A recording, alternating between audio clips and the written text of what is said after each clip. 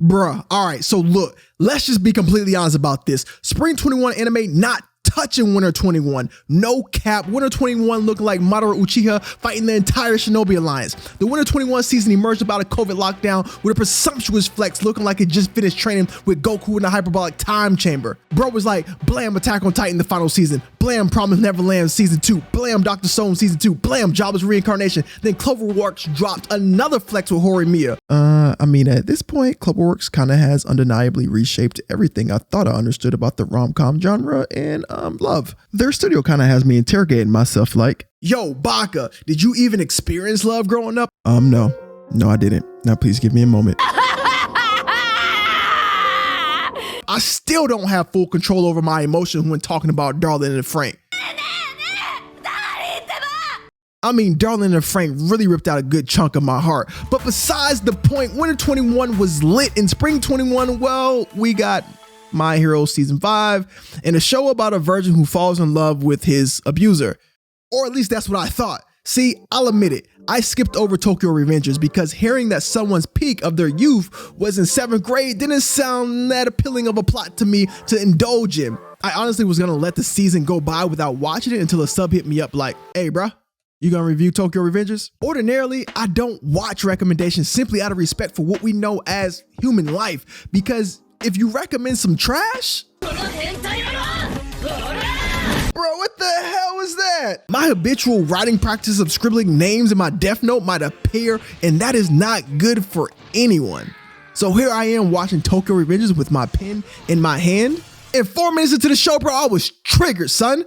My brain began to distribute a profuse amount of stress hormones. I couldn't help to think like, hey bro, you've already seen this before. The title was already informing me of this from the start. 20-something-year-old with no motivation, random people attempting to kill the main character, truck-kun, truck-kun, how many main characters my man gonna kill this decade? My fault guys, it's not truck-kun this time, it's train-kun. Can we just take a moment to properly examine the Japanese transportation safety? At this point, nowhere is safe. You can't get on trains, you can't get on buses, you can't get on mopeds, you can't get in a car, but nevertheless, this is just that time I got erased and came back to save my virginity. Time to get transported into the past fantasy world. I'm not gonna lie.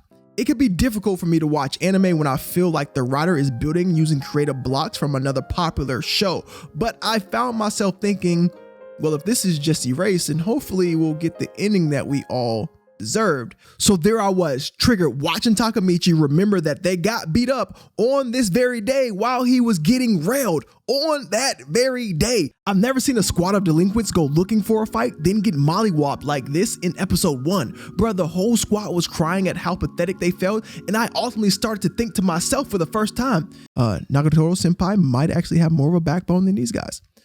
After the fight, Takemichi ran straight to his girl's house, you know, the one he can't even remember, but somehow remembers exactly where she lives. Mad creepy, bro.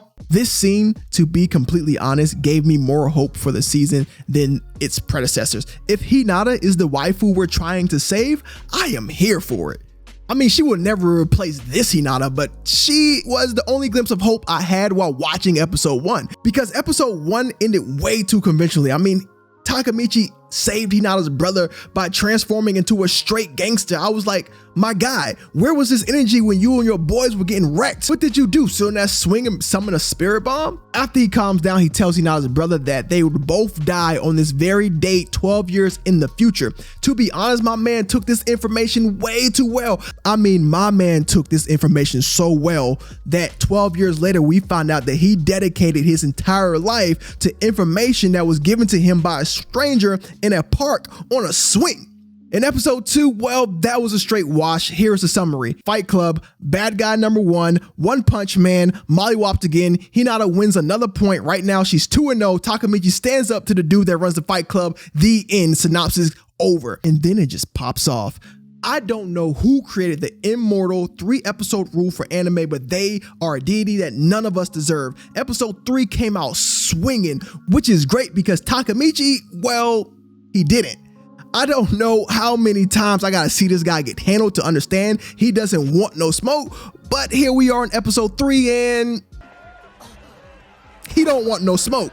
But my man Takemichi's friends, they were about that life in this particular episode. My man Smooth pulled out the switchblade with no hesitation until Mikey showed up and shut the entire place down. Who knew the leader of the Tokyo Manji Gang would waltz into a fight club in some flip-flops on, looking like he could kiss Simone Biles' kneecap standing straight up. I mean, my man's Mikey gotta be like 4'5", son. But you'll never see a more chill 135 centimeters in your life. He straight kicks my man, who we thought was the original antagonist, in his chin wearing flip-flops and never took his hands out his pockets. My man's jacket didn't even come off his shoulders. You want to talk about straight cold? I haven't seen a gap this large in an anime since watching Hitori no Shita the Outcast and seeing a guy catch his falling hat mid-fight in a 1v3. My hype level transcended to a new level watching my man Mikey come in. He just demanded respect as a middle schooler. Pause. Can we just take a moment and ask, why the hell are there games in middle school? Like, come on, Japan, what is really going on over there? What the hell is in the water, son? We're not even gonna talk about this 17-year-old demon. Mikey clearly is a big freaking deal in these streets and everyone knows it, but my man is in middle school. He's a second year. Okay, let's continue. So now that we got that out the way and we understand that Mikey is a big deal to everyone except, you know it, best girl Hinata, because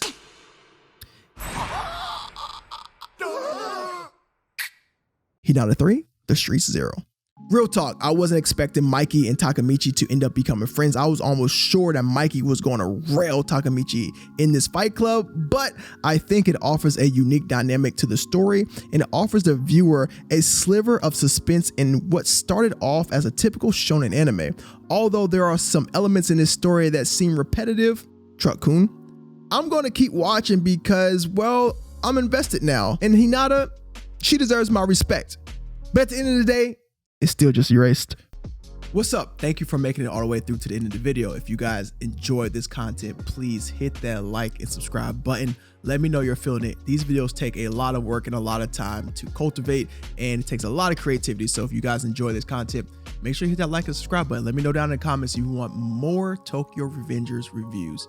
All right, now I'm gonna get out of here. I'll see you guys right here sometime soon.